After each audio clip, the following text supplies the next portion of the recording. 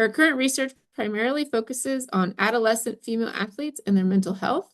And we're very excited to have her with us today to talk with us about off cycle and off balance, how menstrual dysfunction impacts quality of life among adolescent female athletes. So without further ado, Dr. Meyers, please take it away. Awesome. Thank you, guys. I'm going to share my screen and share some slides. Can you guys see this okay? We can. Awesome.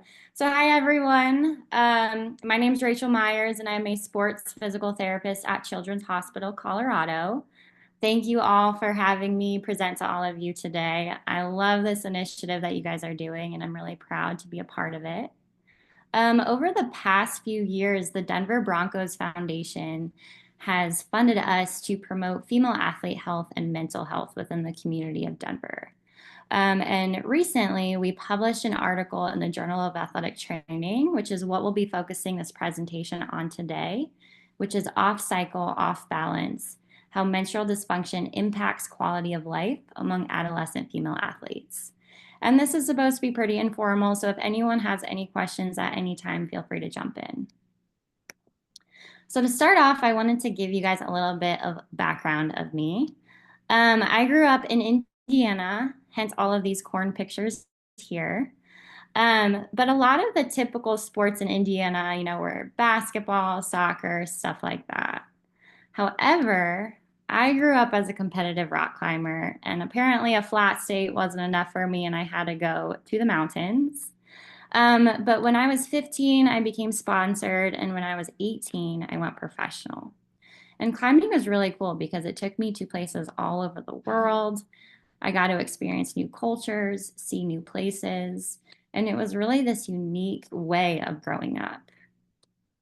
However, there were a lot of challenges that came with climbing. There were days where I felt very drained and burnt out. I dealt with a lot of injuries, and that's what led me to my career path today of being a PT for pediatric sports medicine. And it's really rewarding to work with female athletes and male athletes and, adolescents who are experiencing injuries themselves and bringing them back to the sports that they love. I've been practicing in this area for the past 4 years, and I love it. Something that's unique about climbing is it's a very weight sensitive sport. So there's a lot of concerns about body weight and body image. There's a lot of eating disorders in this sport. A lot of people experience REDS, which we'll talk about a little bit later, which is relative energy deficiency in sport, as well as low energy availability, which I've experienced previously too. And what's interesting is all of these things are very taboo in the climbing community. So no one really talks about eating disorders. No one really talks about, going through low energy availability and stuff like this. And it wasn't until a few years ago, back in 2021, when this documentary called Light came out. And this is when people started to talk about it more in climbing. We're just going to watch a very short trailer about some professional climbers talking about their experience with eating disorders and REDS. And if you haven't seen this, I highly recommend watching it. It's on YouTube, and it's really, really interesting. So we'll go ahead and watch it. I can still remember a moment where I was climbing when I was really light. I just remember feeling like I was water over the rock. Growing up, my personality was always like, I want to be better than I am. I can be better than I am. To me, it was just like I was putting in the work to be a strong climber, and that was my goal, and that's the only thing that mattered. I just wanted to be the best rock climber possible. You're looking at everybody going, oh, they know something's up.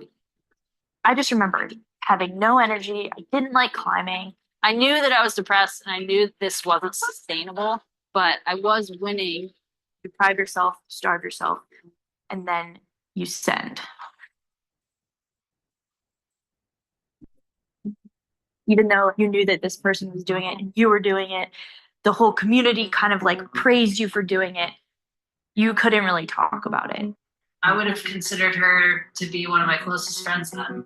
And it was the big, huge, tiny, skinny elephant in the room.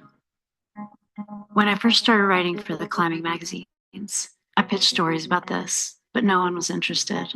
No one wants to hear about eating disorders. Total downer. But now it's time. We're going to talk about it. You know, and I think it's cool that it's starting to be talked about more. It's definitely not enough, and we need to talk about it more. But that documentary really shed light within the climbing community to actually start talking about it. This is the last video I have, I promise. But I think it's important to mention what REDS is, and REDS is relative energy deficiency in sport. And basically, just a quick summary is REDS is when an athlete doesn't eat enough calories to meet the energy demands needed for their everyday life and their sport demands. We've used the analogy previously. It's like a car driving 500 miles, but it only has enough gas for 400 miles. So this video is just talking about some professional athletes going through their experience with REDS, and we'll go ahead and watch it.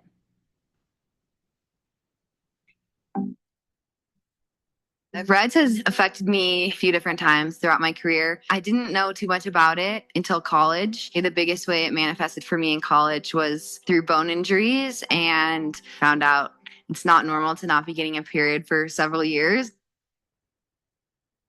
Relative energy deficiency in sports, term that was first coined in 2014 in a paper from the International Olympic Committee. What it describes is the health and performance consequences that can occur when you have an athlete who isn't taking in the sufficient amount of calories to meet the demands of just basic daily function on top of the sports demands as well. I see a big delay in recovery, and then oftentimes athletes struggle to get their energy levels up.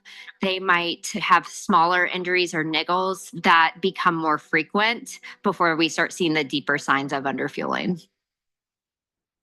REDS was affecting me because I was feeling tired, feeling miserable, running and recovering. But I remember waking up in the middle of the night a couple times, so hungry, and denying myself food because I thought that was the way forward. REDS can affect anyone. See it a lot in high school athletes, elite athletes get a lot of the attention in some of the research studies, but it's really everyone, and it's females and males, and it doesn't discriminate body type. So I was never told by a coach to lose weight, but I definitely felt pressured by the competitors that I was surrounded by. I succumbed to those pressures, and I absolutely went through some really bad cycles of disordered eating. Early on in REDS, an athlete may actually perceive positive results where they may notice they've lost some weight, they're performing better, they're running faster times, and they might not know that there's an underlying issue going on. When you start to get to the injury phase of that, it's tough to undo that athlete's behavior because there's this thought that, well, this is what got me the faster time the first time around, but in reality, they may be perpetuating the problem. So I broke my sacrum in 2020, and I talked to a sports dietitian and was basically told to eat more carbs. That frightened me because I was scared of carbs at the time. I was overwhelmed about kind of what changes to make or how to go about that. And so I think working with someone was really helpful. If we're worried about just weight alone, we're leaving so much of our performance on the table, building that confidence that we don't know our potential if we're underfueled. I hope that can be more of a narrative moving forward of how can you take people that you maybe look up to and think, how are they fueling so much more than just how hard are they training and what does their body look like?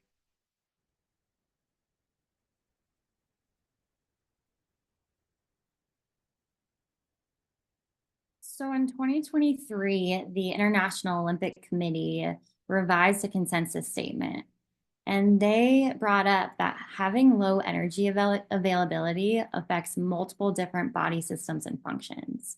It can impair bone health, GI health, mental health, sleep, reproductive health, pretty much every single body function.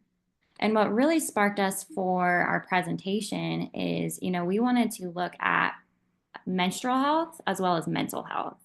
And we specifically looked at menstrual dysfunction within our girls in this study, and then looking at mental health, so energy, mood, sleep, and stress. And then recently we published this paper in the Journal of Athletic Training, and the rest of this presentation will focus on the results that we found, why this is important, as well as future directions that's still needed. So participating in sports has multiple benefits for girls. Some of the common ones is, improves confidence, improves self-esteem, improves both physical and mental health. But one study found that girls who participated in sports in adolescence were 20% less likely to obtain breast cancer later on in life. Additionally, they found, like other studies found, that girls who participate in sports are more likely to go to college than girls who do not participate in sports. However, up to 70% of female adolescents will drop out of sports by age 13. And we will talk about in the next slide potential reasons for this as well. Some risks for sports include injuries, burnout, and relative energy deficiency in sport, which we've talked about previously. And then flag football, which is our sample for our study that we've done, is a new and growing sport for girls. And what's really cool is in previous studies that we've done, we've looked at the benefits of flag football for girls' participation. And we found that participating in flag football improves girls' energy and mood. And because of this, Colorado made flag football a sanctioned high school sport for all girls in the state, which has been really exciting for us. So the Women's Sports Foundation found that girls drop out of sports 1.5 times the rate that boys do by age 14. Additionally, by age 17, more than half of girls will quit playing sports altogether. Some reasons that they found for dropping out of sports: 39% of these girls wanted to prioritize academics or just other things like extracurricular activities. 21% didn't want to miss out on their social life. 32% felt like they were not good enough participating in their sport. And nearly half didn't see a future for themselves playing a sport. One of the big things to note is around age 13 and 14 is when a lot of girls hit puberty. And this is when their bodies are changing. And this is when, concerns about body image and weight and all of this kind of start to spark, which is a big reason why girls drop out. So we looked at two different groups within our girls. We looked at those who had menstrual dysfunction and those who did not. And we define menstrual dysfunction as having your first period at or after age 15, going 3 or more consecutive months without a period, and having 9 or fewer periods in the last 12 months. And they just needed to meet one of the 3 criteria in order to be classified as having menstrual dysfunction. We excluded girls who were taking oral contraceptive pills or any hormonal contraceptives, as that can play a role on their menstrual cycle. And then during the flag football season, which was a fall sport that lasted roughly 10 weeks, these girls answered average weekly ratings of their perceived energy, mood, stress, and sleep on a scale from 0 to 10, 0 being really poor and 10 being really great. So 60 girls were included in our study, and 25% reported having menstrual dysfunction. And we actually found that this was a really high prevalence compared to other studies that reported a prevalence on average between 15 to 18%. We will talk about in the next slide why we think this is the case, but this was just something that was surprising to us. We also found that when adjusting for school year BMI and injuries sustained, adolescent females with menstrual dysfunction reported significantly worse sleep and stress than those without menstrual dysfunction. However, we found no differences between energy or mood within the two groups. So now we'll talk about some reasons why we think we found what we did. So we found a high prevalence in flag football specifically. Flag football is a newer and growing sport, so there's not a lot of research out there on menstrual health and flag football. So maybe it's just, a high prevalence specifically in flag football. Additionally, I think people are starting to talk about periods more and menstrual health and kind of these what were used to be taboo topics. And because we're talking about this more with our girls, we might be screening for it and catching for it better and earlier. Menstrual dysfunction may be characterized by hormonal fluctuations affecting sleep. And sleep and stress go hand in hand. So when someone is very stressed, they're not going to get good sleep. And when someone is not sleeping well, they are more likely to be stressed. High stress has been linked to greater risks of menstrual cycle irregularities. And then flag football has been shown to improve girls' energy and mood independent of physical activity levels. So we found that, no matter how many hours a week these girls were participating in flag football, it improved girls' energy and mood. And, part of the reason for this is flag football is a team sport. Being a part of a team sport can really promote, bonding and camaraderie and stuff like that, which can naturally improve energy and mood. And then lastly, all of the athletes in our study reported more than the recommended amount for physical activity levels. And, we know that participating in physical activity naturally improves mental health. So because they were really active in physical activity, that could also be a reason why we didn't see any changes with energy and mood. Some limitations in our study. We had a small sample size. We only included 60 girls. We also used a 10-point slider visual analog scale for our weekly average ratings, which can be subjective. What I might perceive as a 0 as poor sleep might be totally different than what another girl perceives as poor sleep. We also only looked at flag football athletes. Now what we're doing with our research is we've expanded it not just to flag football, but we're also looking at mental health and female athlete health across a variety of different sports in the Denver metro area. And we did not include other mental health measures. So, we didn't look at anxiety, depression, body appreciation, athletic identity, stuff like that. So why is this important? I think it's really important to look and treat athletes in a holistic approach. So we need to realize that, when our physical health is not good, our mental health is not going to be good, which is going to affect our nutrition and our sleep and our menstrual health. And all of these have to be working well together in order to have the best performance and the best quality of life for these girls. So in conclusion, adolescent female flag football athletes with menstrual dysfunction reported significantly worse sleep and stress than those without menstrual dysfunction. But we didn't find any differences between energy and mood with these groups. Healthcare providers should regularly monitor for and address menstrual dysfunction and be aware of how this can be related to impaired sleep and stress. And then it's important to identify screening practices pre-season to help improve quality of life for girls. I think it would be great if we could include these menstrual dysfunction questions a part of preseason sports physicals. Or if we ask these girls just these menstrual dysfunction questions, then we can catch this early before the season even starts and help improve quality of life.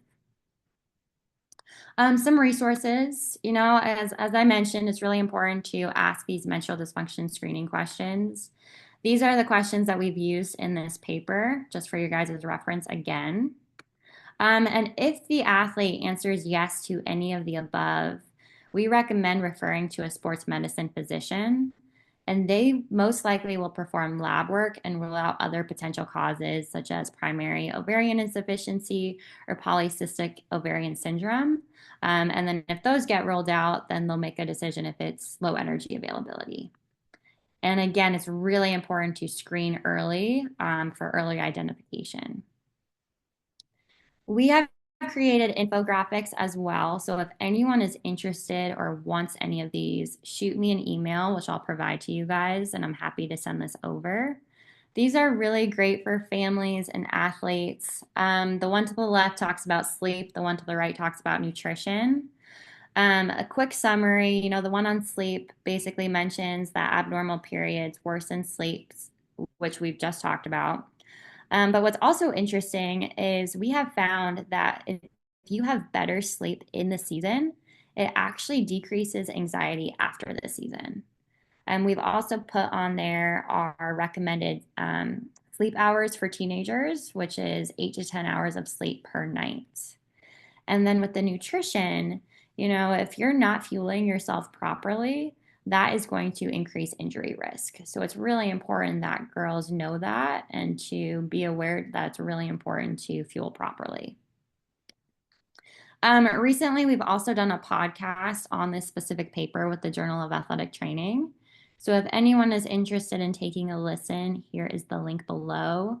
Or if you want me to send you the link through an email, I'm happy to do that as well. Here are my references. And thank you. Again, here's my email. Feel free to reach out if you guys have any questions or need anything. And then we're still continuing to really examine factors with female athlete health to improve mental health, to improve quality of life. This is an ongoing study that we're doing right now as well. So thanks. Awesome. Thank you, Dr. Meyers, so much for that presentation and sharing with us your data and background in the videos. I'd like to open it up for questions or discussion. Happy to have you unmute. And or if you want to put anything into the chat, I can read that on your behalf.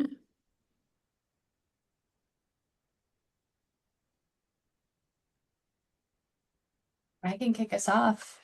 Yeah, please. So I'm interested to hear your perspective on the fact that there weren't any differences in energy or mood.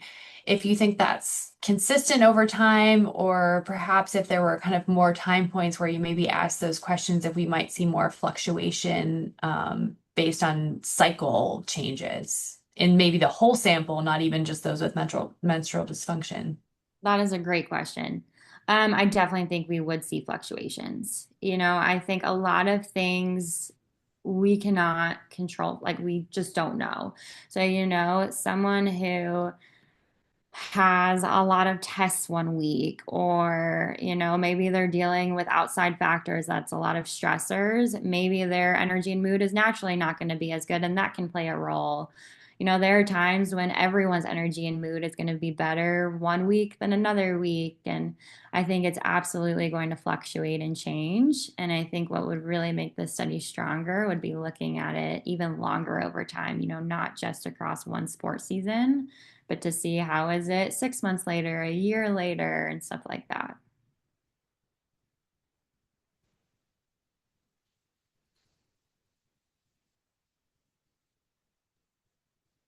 Dr. Meyers, the dissemination infographics that you had created, have you all or someone within your clinic or in research space implemented those within the community and talked with girls in this age group and done any education? And if so, how is that received? Or is that, what do coaches think? Have you had any of those interactions? Yeah, so it's an ongoing thing. We actually just recently created those infographics, so it's still pretty new. Our goal is to continue to talk through the community. A lot of these people are implementing it pretty well. I think there's things that I would love to see change, like, adding these in preseason sports physicals and stuff like that, which I think is going to be a long process to get those things to change. We are hoping that the more research that comes out with this, the more people are going to realize how much more we need to talk about this and how much more things are going to need to change. In the clinic, when we ask about menstrual health and periods, a lot of people take it well. They're not like, oh, I'm nervous to talk about this and stuff like that. I think the more that we tell kids and coaches and families, like, hey, this is really important to talk about, everyone goes through this, it's needed. I think the more and more they hear it, the more they're used to, talking about it and answering questions about it. Thank you. Serenity. I guess, Rachel, in a similar vein, thanks so much for sharing this. But so as you promote more to have conversations with kids and families, are there hypotheses that you're forming through your research about the impact on these things for girls who haven't started their periods yet, from a preventative health perspective, right? How do we work ahead of this. And I heard you at the very beginning, right? We are just getting into these conversations and acknowledging that this is a problem here. But long term, what are your thoughts around preventative care or earlier care to keep girls, young women from getting here? Yeah, I think that's a really important question. When I was a female youth athlete, I thought it was normal to not have your period. I viewed that as, oh, that makes me this elite athlete and stuff like that.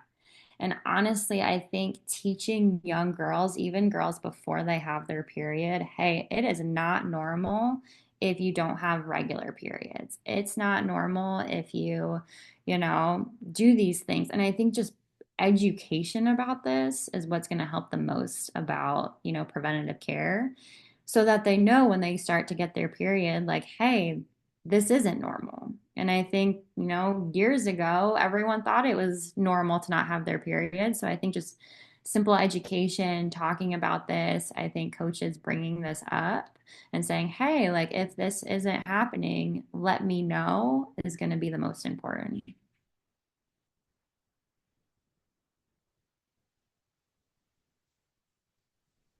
Other questions?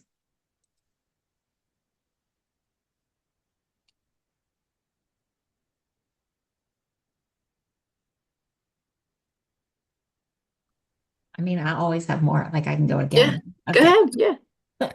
Um, Rachel, to your point, and I hear you about coaches. So would there be, or have you ever considered, and it's totally fine for you to say, no, that's not an area I'm interested in, but from a policy change perspective or a coaching ethics change perspective, right?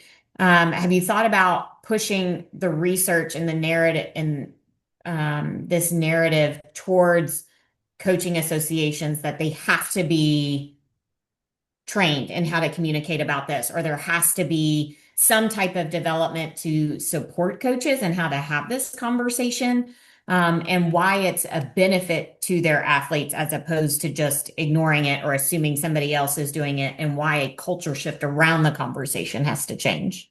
Yeah, and honestly, that's music to my ears. Okay, great.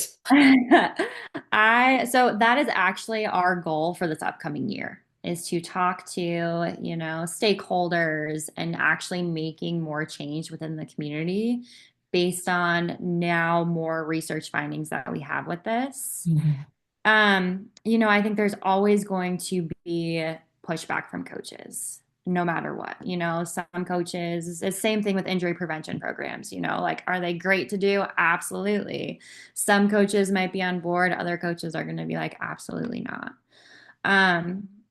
So I think the more that we can make this, saying like, hey, this is mandatory. This is 3 questions. This literally takes 30 seconds just to, ask your girls this, and it saves a lot for them, would be great. We have not done that yet, but that is definitely a big goal that we're shooting for this upcoming year.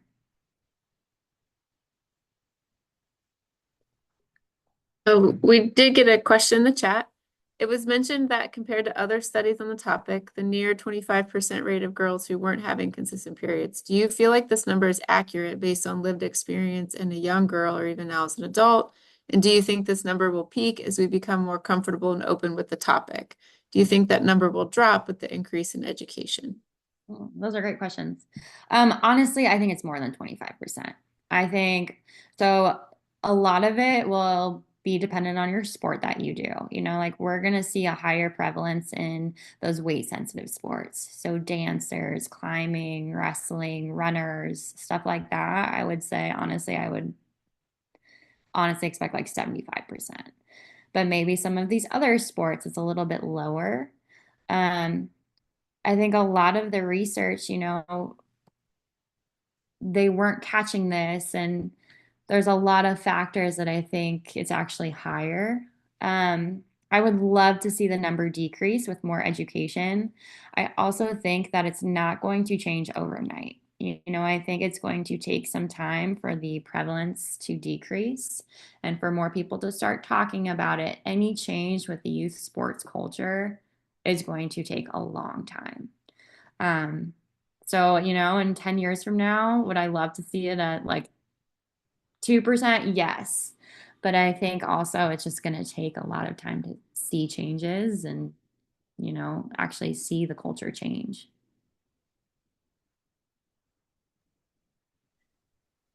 I think sometimes in thinking about the population that you're working with, the parents are heavily involved. And especially, in adolescent and high school aged athletes, parents are helping make some of these decisions just based off of how, a child and food decisions, those types of things. So what kind of education or communication to kids, parents, is there? And how do you kind of see that relationship blooming in order to help address some of these areas that you focused on? Yeah.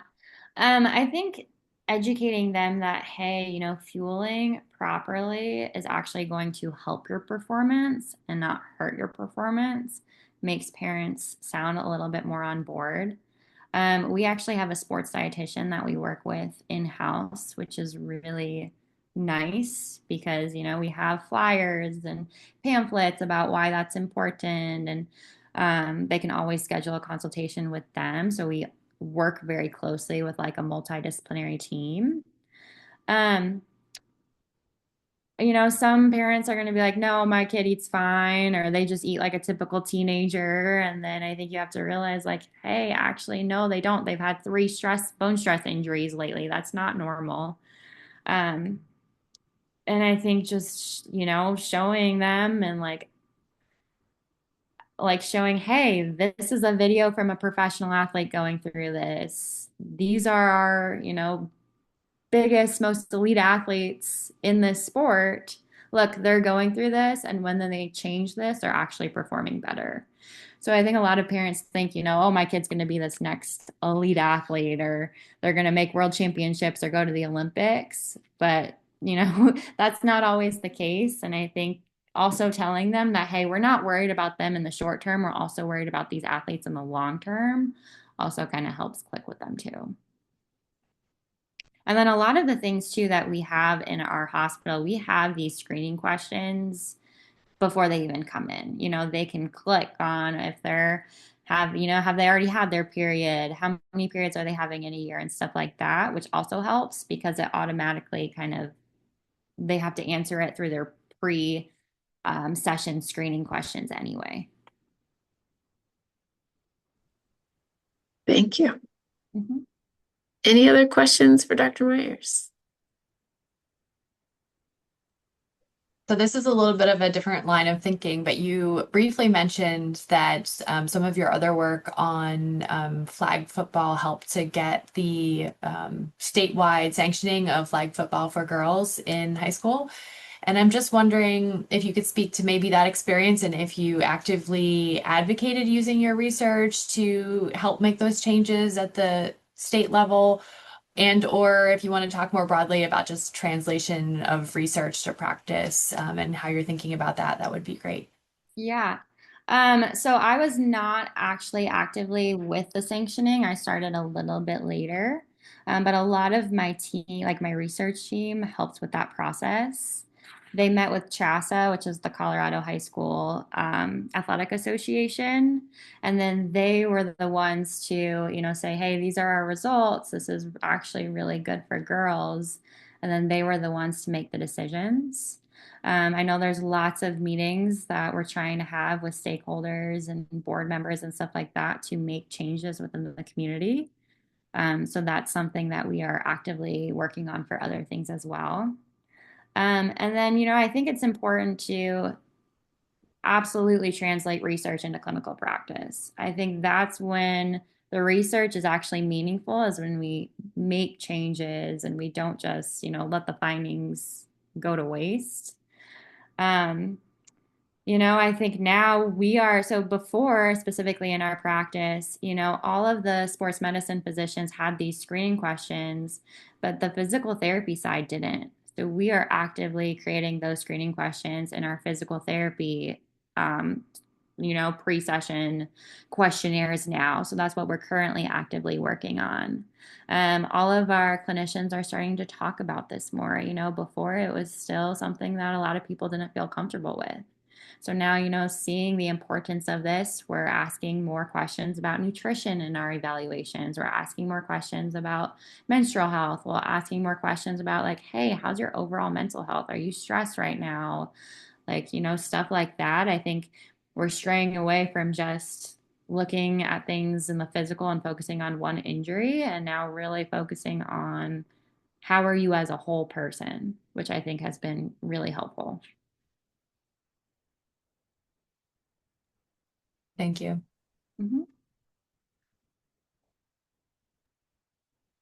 Okay. Any other questions from the group?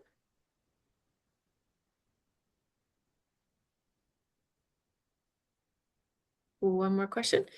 Did you notice any differences in the relationship between menstrual dysfunction and stress and sleep based on athlete age or year in school? That's a great question. We did not. And to be honest with you, I don't think we had enough subjects to see significant differences with that. If our sample size was 200, 300, I think that would be a better thing to look at. But because we only had 60 girls, I just don't think we would have seen significant differences between all of that with different ages. But that would be definitely interested to like look at that in the future for sure.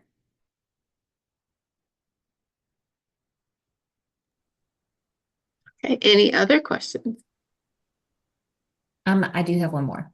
Yes, go ahead. Rachel, you mentioned that you all noticed like improved sleep during season, reduced anxiety post-season, something like that, right? Yeah. I'm fascinated by this. Can you talk more about that correlation and any thoughts on why it reduced anxiety and how what was that measurement to get to draw that conclusion, I guess? Yeah, so that actually one of my co-authors, this was her project. But it was similar to this where, instead of asking like the 0 to 10 sliding scale, a lot of the things that we use to measure anxiety is with the promise scale. So we still use the 0 to 10 sliding scale with sleep or asking just about sleep questions. And then you would track that throughout the week of the season. And then anxiety measures with that promise scale right before the season started, as well as immediately postseason.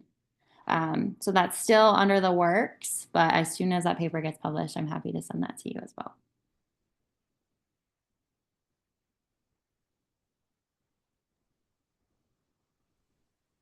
All right. Well, Dr. Meyers, I want to thank you very much for your time on behalf of the Active Girls Healthy Women program. We really appreciate you sharing your expertise and having this great conversation with our stakeholders today.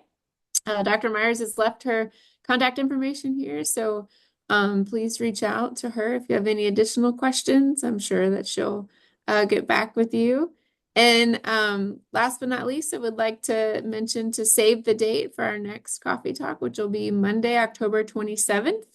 And we will be hearing from Dr. Whitstein on optimizing bone health for girls and women across the lifespan. So if you'll see that information come out for registration, but if you would like to hold that time on your calendar and look for that information coming to you soon to register. But Dr. Meyers, thank you so much for your time today, and thank you everyone for sharing your time with us today. And we do hope to see you next month. And have a great afternoon. Thank you, everyone. I appreciate it. Thank you.